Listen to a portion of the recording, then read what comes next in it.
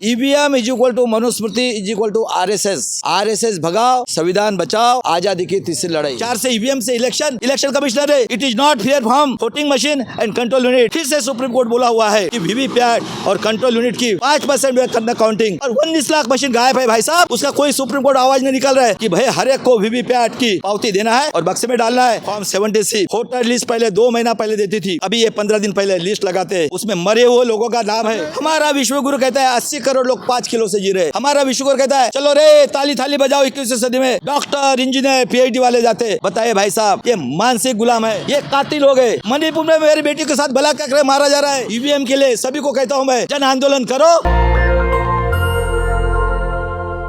EVM is equal to Manusmriti is equal to RSS भगाओ, संविधान बचाओ, आजादी की तीसरी लड़ाई। अभी मैं आपको आज़ादी की तीसरी लड़ाई क्या है, क्या आप इसको किस तरीके से डिस्क्राइब करेंगे दर्शकों? देखिए मेरे भारत के लोगों और जितने भी MP MLA होके गए, वो देशद्रोही MP MLA आमदार खासदार लोगों एक्स और प्रेजेंट।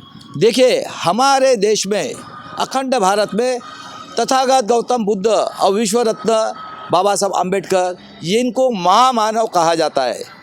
अभी थोड़ा सा मेरी जो थिंकिंग है, पास्ट प्रेजेंट और फ्यूचर तीनों भी बताएगा मैं।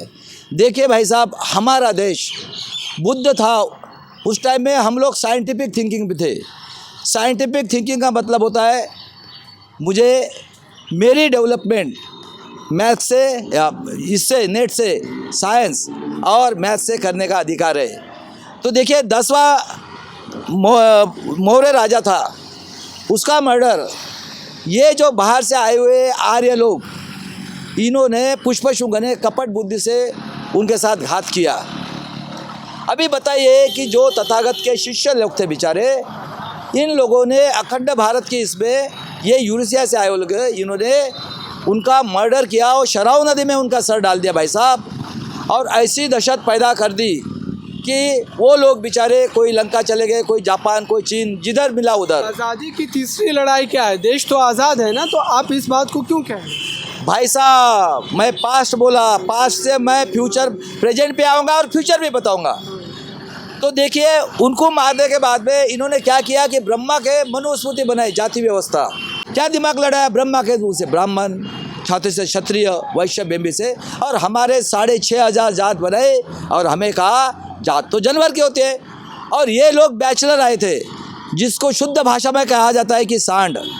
और इन्होंने क्या किया कि हमें कहा कि आप पशु पक्षी की जबान मेहनत करना, और कोई पढ़ेगा तो उसको शीशा डाला जाएगा। और हमारे देश में पहली क्रांति हुई पंढरपुर में, पूरे बैकवर्ड कास्ट लोग ने, जो पंढरपुर पांडुरंग कहते हैं, वो भगवान गौतम बुद्ध की मूर्ति है। उसके बाद में देखिए भाई साहब, 19 फरवरी 1630 को छत्रपति शिवाजी महाराज का जन्म हुआ है। देखिए इतना शूर राजा का, जिसके सरदार मुस्लिम थे और सब बैकवर्ड क्लास के थे, इतना बड़ा राजा कभी नहीं हुआ। और उनका गुरु था तुकाराम महाराज। उसके बाद में देखिए भाई साहब, उनका बेटा संभाजी महाराज, जिसका जन्म 1657 का है। देखिए जिसने कभी एक लड़ाई भी नहीं हारी है और 12 ग्रंथ लिखे थे। देखिए इन्होंने कपट बुद्धि से पकड़ के उनको औरंगजेब के थ्रू उनके 32 टुकड़े गए 1689 में, और पुणे के बाद वडगांव बुजुर्ग में उनको मारा। उसके बाद में देखिए जिजाऊ जो शिवाजी की बात लड़ी हो, उसके बाद में महाराष्ट्र में देखिए आपने नाम सुना होगा, अहिल्याबाई होळकर, तारा रानी, ये जो महिलाएं थी इन्होंने लड़ाई लड़ी। और उसके बाद में देखिए 18वीं सदी में 850 साल मोगल थे भाई साहब, उन्होंने भी हमारे संत को बाल को धक्का नहीं लगाया, उनको प्रोत्साहन दिया, क्योंकि वो मानवतावादी थे। उसके बाद में हमारे यहाँ 1800 के बाद में और क्या हुआ है, 1500 सदी में हमारे यहाँ राजा महाराजा, जिसको कहते हैं पेशवाई, शुरू हुई है। तो 1800 के बाद में पहले राष्ट्रपिता ज्योतिराव फुले 11 अप्रैल 1827 का जिनका जन्म हुआ, उन्होंने सावित्री को साथ पढ़ाया। और 1 जनवरी और फातिमा 1848 को पहली स्कूल पुणे में निकाली महिलाओं के लिए। उसके बाद में देखिए 74 में 22 जून को शाहू महाराज का जन्म हुआ। उसके बाद में मेरे भगवान बिरसा मुंडा, उनका 75 में जन्म हुआ है 15 नवंबर। उसके बाद में देखिए बाबा साहब का 14 अप्रैल 1891। और शाहू महाराज वर्तमान में शाहू महाराज सवाल ले लीजिए। शाहू महाराज शाहू महाराज देखिए, जो जिसको आरक्षण का जनक और जिन्होंने बोला 1 पैसा, और 1900 में बिरसा मुंडा को पॉइजन देके मारा है। उसके बाद में शाहू महाराज ने बाबा साहब को पढ़ाया भाई साहब, और बाबा साहब ने शाहू महाराज ने 1920 में मांडगांव में परिषद ली, बहुजन परिषद, और कहा कि आज से बहुजन का 90% लोगों का जो नेतृत्व करेगा बाबा साहब, और उनका जिंदा रहते पुतला लगाया बिंदु चौक में। और 22 में देखिए भाई साहब, 22/9 में उनको हत्या हुई, उनका मरण हुआ, जो 6.5 फीट थे और 1 बुके से रेडिया को नीचे। और बाबा साहब का नॉलेज से ये जो आरएसएस है, इनकी स्थापना गोडवल करने की 1925 में इन्होंने कहा हम हिंदू राष्ट्र, हिंदू का मतलब जो होता है गुलाब। 42 में कई बाबा साहब ने पानी के लिए, मंदिर के लिए, 36 में उन्होंने आरक्षण दिया एससी को, और 42 में महात्मा गांधी जी ने चले जाओ कि चलोगे, हमारे एससी एसटी ओबीसी एक टाइम भूखे रहते थे, अगले जनरेशन के लिए देखो जान कुर्बान कर दी, और उनको भी 30 जनवरी 1948 को मार दिया। बाबा साहब को संविधान पीठ में ज़्यादा जोगेंद्र मंडल साहब ने रिजाइन करके उनको संविधान मंडल में भेजा, और बाबा साहब ने 2 साल 11 महीना 19 दिन में 26 नवंबर 1949 को जब संविधान बनाया, ये जो आए हुए कातिल, बलात्कारी, खूनी लोग, इन लोगों ने कसम खाई कि हम संविधान को नहीं मानेंगे और हम मनुस्मृति बनाएंगे। 26 जनवरी 1950 से हमारे देश में संविधान को मान तो रहे हैं, प्रधानमंत्री संसद में जाते हैं, संविधान को मत्था लगा करके चूमते हैं, तो आप लोग क्यों कह रहे हैं कि संविधान को नहीं? 26 जनवरी 1950 को हमारे यहाँ डेमोक्रेसी के लिए शुरुआत होगी। देख लीजिए भाई साहब, इन्होंने बाबा साहब को बोला 10वीं पास, 12वीं पास, इनकम टैक्स वाले को वोटिंग का अधिकार देना, लेकिन हमारे बाबा साहब ये मानवता थे, इन्होंने इतना अत्याचार करने के बाद में इनको बोला नहीं कि आप 50 साल मत वोटिंग का अधिकार लो, और वो अधिकार वोटिंग का इसलिए दिया कि भाई साहब हमें स्वाभिमान पड़ा है शिवाजी महाराज ने, और स्वाभिमान से जीने के लिए बाबा साहब ने बोला कि आप लोगों को एजुकेशन, हेल्थ, और आपको पेट भरने के लिए नौकरी, और सभी को बोला कि आपके टैक्स भरना है, और स्वातंत्र, समता, बंधुत्व, न्याय के बेस के ऊपर से, और उसके 4 आधार स्तंभ है, कारपोरेट सेक्टर, जुडिशनरी, ब्यूरोक्रेसी और प्रेस मीडिया। और देखिए भाई साहब, इस तरह से हमारे यहाँ डेमोक्रेसी की शुरुआत हुई, सभी को टैक्स भरना है। लेकिन आज 75 साल हो गया, मैं ये भी प्रूव कर रहा हूँ, जो आर्य आए थे उस टाइम में मनुस्मृति बनाए थे, मैं अभी के अभी प्रूव कर रहा हूँ, वो कंडीशन और ये कंडीशन कोई फ़र्क नहीं है, उससे ज़्यादा हम 7वीं सदी, ये भी मैं प्रूव कर रहा हूँ।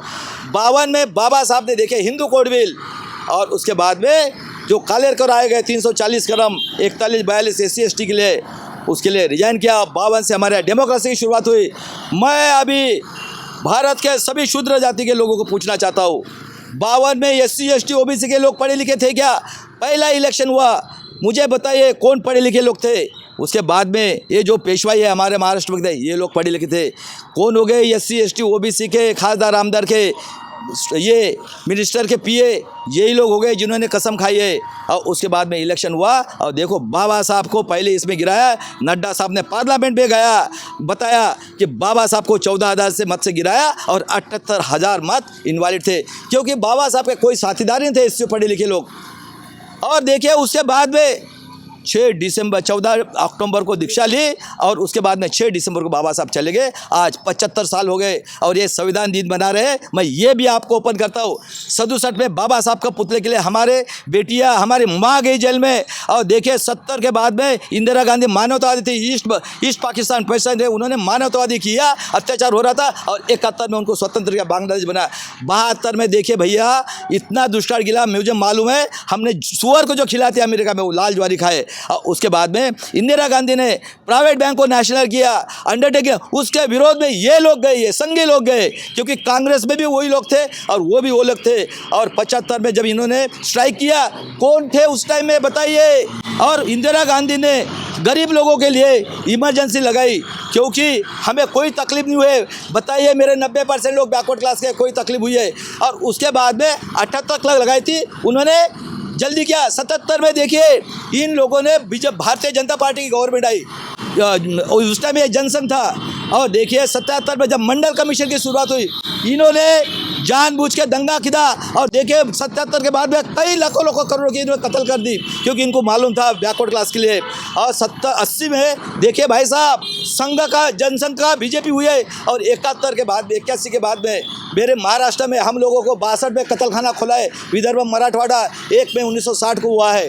और देखिए उसके बाद में ये दूरदृष्टि वाले हैं, और हमें जो कहते हैं 62 में कत्लखाना खोल के इन्होंने 13 जो है जातीय डिस्ट्रिक्ट रहेगी उनको ये किया, इंदिरा गांधी ने हराया। 71 में जनगणना हुए तो हमें 2 खादा 4 खादा हमारे वार्ड जरूरत थे, हम 1 करोड़ 10 थे। और उसके बाद में हमें ये बोलते अपना माँ बाप का सिर्फ 85 में हम टीवी में थे, 70 में मैं रेडियो में था, इनकी बहुत दूर से 84 में इन्होंने R.K. धवन था, इंदिरा गांधी का मर्डर हुआ है। उसके बाद में देखिए भाई साहब राजीव गांधी जी हुए, और वो 90 के दशक में बोलते 1 रुपया आता है टैक्स, 10 पैसा ये खर्चा कर 90 पैसा का खाते। वो कांशीराम की जरूरत थी, उस बेचारे के 91 में मर्डर हो गया। उसके बाद में देखो 91 में नरसिंह पारोड़ा और उसको ये लगाया। तो अभी आज के पोजीशन देखिए भाई साहब। और उसके बाद में मोबाइल आया 2000 में, अटल बिहारी वाजपेयी जी ने देखिए पेंशन बंद किया। और 10-12 के बाद में देखिए 4 से EVM से इलेक्शन, 9 से 11 केस डाला था, और देखिए 14 में वो जीत के आए। उस टाइम में अक्टूबर 13 में बोला है इलेक्शन कमिश्नर है, it is not fair from voting machine and control unit. उसके बाद में 19 में इलेक्शन हुआ, और बीच में पेगासस है, सभी अपोजिशन पार्टी का इजराइल का जासूसी किया, वो केस पड़ा हुआ है उसका निकलने। और 19 में देखिए फिर से सुप्रीम कोर्ट बोला हुआ है कि वीवीपैट और कंट्रोल यूनिट की 5% करना काउंटिंग। 19 का इलेक्शन हुआ, उसमें 373 जगह पे डिफरेंस है, और इन्होंने काउंटिंग नहीं किया, और 19 लाख मशीन गायब है भाई साहब। उसका कोई सुप्रीम कोर्ट आवाज़ नहीं निकल रहा है। और एक मेरा भाई जो सुप्रीम कोर्ट में जज है बाबा साहब का खून है, जिसका नाम है भूषण गवई साहब, उन्होंने बोला कि भाई हर एक को वीवीपैट की पावती देना है और बक्से में डालना है। ये देखो फिर 24 को हुआ तो उन्होंने डिसीजन क्या दिया कि 2nd और 3rd वाला काउंटिंग कर सकता है, और SLU सिंबल लोडिंग यूनिट वो इसके सामने। और उसके बाद में जब इलेक्शन हुआ देखिए साहब कितना बोगस हुआ है बताता है।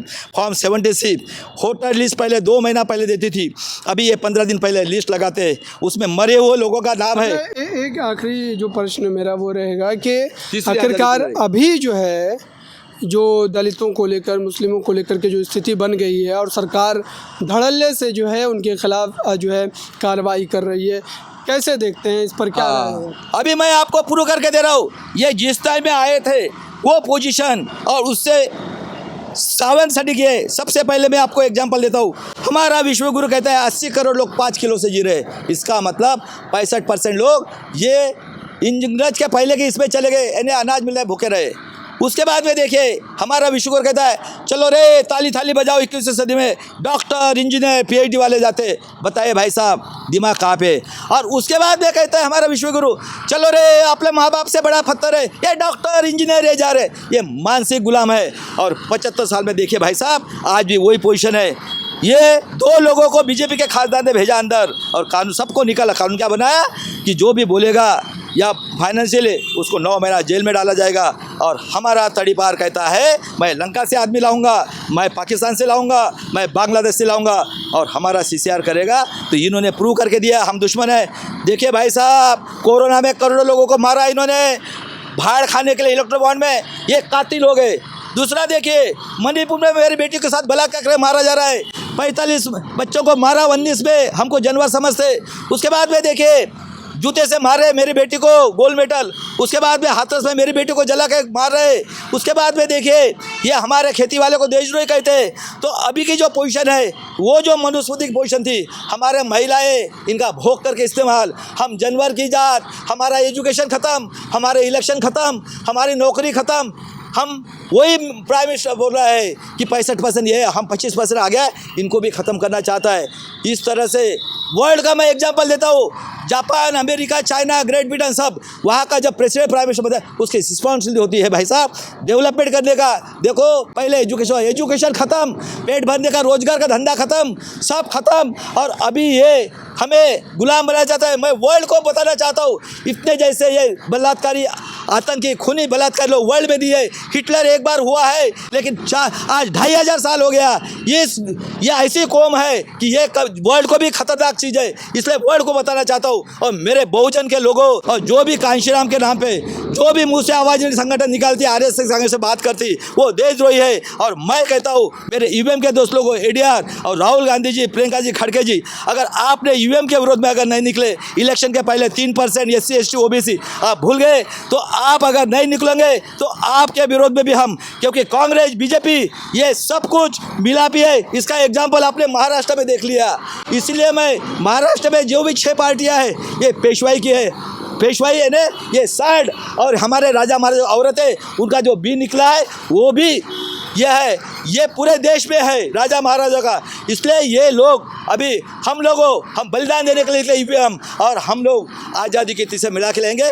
ईवीएम के लिए सभी को कहता हूँ मैं, जन आंदोलन करो और ये बैलेट पेपर से आप 550 सीट ले लो, कोई प्रॉब्लम नहीं, लेकिन ईवीएम के रास्ते पे उतरो और आज़ादी की तीसरी लड़ाई में लो। चलिए, इस पूरी बातचीत में कई बड़े सवाल हैं और इन्होंने तमाम वो सवाल के जवाब दिए, तमाम उन बातों को उठाया जो गंभीर मुद्दे, और इस पर गंभीरता से सोचने की भी ज़रूरत है। आप क्या सोचते हैं, कमेंट बॉक्स में ज़रूर बताइएगा। जुड़े रहें नेशनल दस्तक के साथ। नेशनल दस्तक की आपसे गुजारिश है कि अगर इसको बचाना चाहते हैं तो नेशनल दस्तक को सब्सक्राइब करने के लिए रेड कलर के सब्सक्राइब बटन को दबाएं, फिर बेल आइकन की घंटी दबाएं। नेशनल दस्तक को बचाने के लिए बहुत ज़रूरी है कि हर खबर को शेयर करें, लाइक करें, कमेंट जरूर करें।